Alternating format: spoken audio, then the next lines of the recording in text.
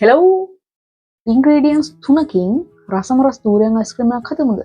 එහෙනම් එන්නකෝ මාත් එක්ක. පටන් ගමු. මේ දේවල් ටික තමයි ඕනේ කරන්නේ. ගන්න ඔයාලගේ බ්ලෙන්ඩර් එක. තියාගන්න පැත්තකින් තියාගන්න. ඔයාලා ගාව තියෙන ෆ්‍රෙෂ් දූරියන් නම් කරුණා කරලා අවශ්‍ය ප්‍රමාණයට දූරියන් ටික දාගන්න ෆ්‍රීසර් එකේ. මම ගත්තේ කඩේ තියෙන පැක් කරපු දූරියන් එකක් නිසා අමුතුවෙන් ෆ්‍රීසර් දාන්න දෙයක් නැහැ. සුදුම සුදුයි.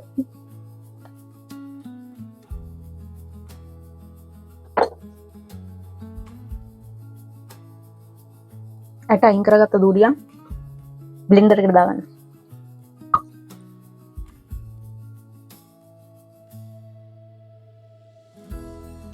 බලන්නකො මන්දුලේ සයිස් එක.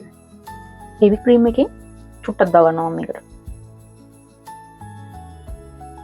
ෆ්‍රෙෂ් මිල්ක් කෝප භාගයක් විතර දාගත්තා. දැන් ඉතින් මේක හොඳට බ්ලෙන්ඩර් කරගමු.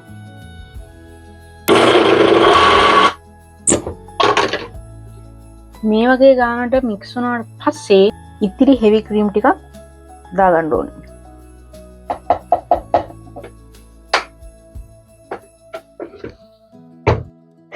වීඩියෝ එක කරන්න යනකොටම මගේ බ්ලෙන්ඩර් එක කැඩුනා. අපි බලමු වෙන විකල්පයක් තියෙනවද කියලා. බ්ලෙන්ඩර් එක කැඩුනායි කියලා මම සැලෙන්නේ. අපි මේක හැමම දාගමු. මේකට දාගමු. ඔව්. අපි දැන් බලමු වික්ස් කරලා.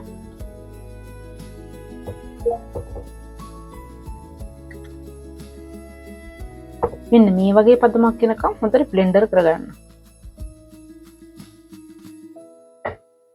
ඊට පස්සේ මම මේකට මිල්ක් මේඩ් මේ සැහැන්දක් දාගත්තා.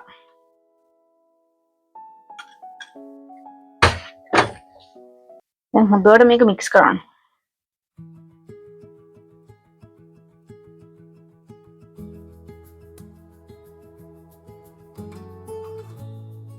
ඔයාලා ගන්න දූරියන් එකේ රසත් මේකට බලපානවා. හොඳ පැණි රස දූරියන් එකක් නම් මිල්ක් මේඩ් මේ වගේ ටේබල් ස්පූන් එකක් ඇති. හැබැයි ඔයාලා ගන්න දූරියන්ක වැඩි රස නැති එකක් නම් එහෙම ඔයාලා දාන මිල්ක් මේඩ් ප්‍රමාණය චුට්ටක් වැඩි කරගන්න. හරි. මේ තියෙන මං කලින් කපු දූරියන් වල පෙට්ටි මම මේකකට දා ගන්නවා. මේක ෆ්‍රීසර් කරන්න ඕන හින්දා. මේ විදිහට බොක්ස් එකකට ඔයාලා ගාව තියෙන ඕන ෆ්‍රීසර් එකට දාන්න පුළුවන් ප්‍රමාණයේ වාජනයකට මේක දාගන්න. මෙහෙම කන්න හිතනවා මට මේක. ඔන්න මම මේක බොක්ස් එකට දාගත්තා. ඊපස්සේ මේ විදිහට පියන වහගත්තා. දාසම් මේක ෆ්‍රීසර් එකේ තියමු. ඊට පස්සේ බලමු කොහොමද කියලා. ටඩා! අපේ අයිස්ක්‍රීම් එක රෙඩි guys.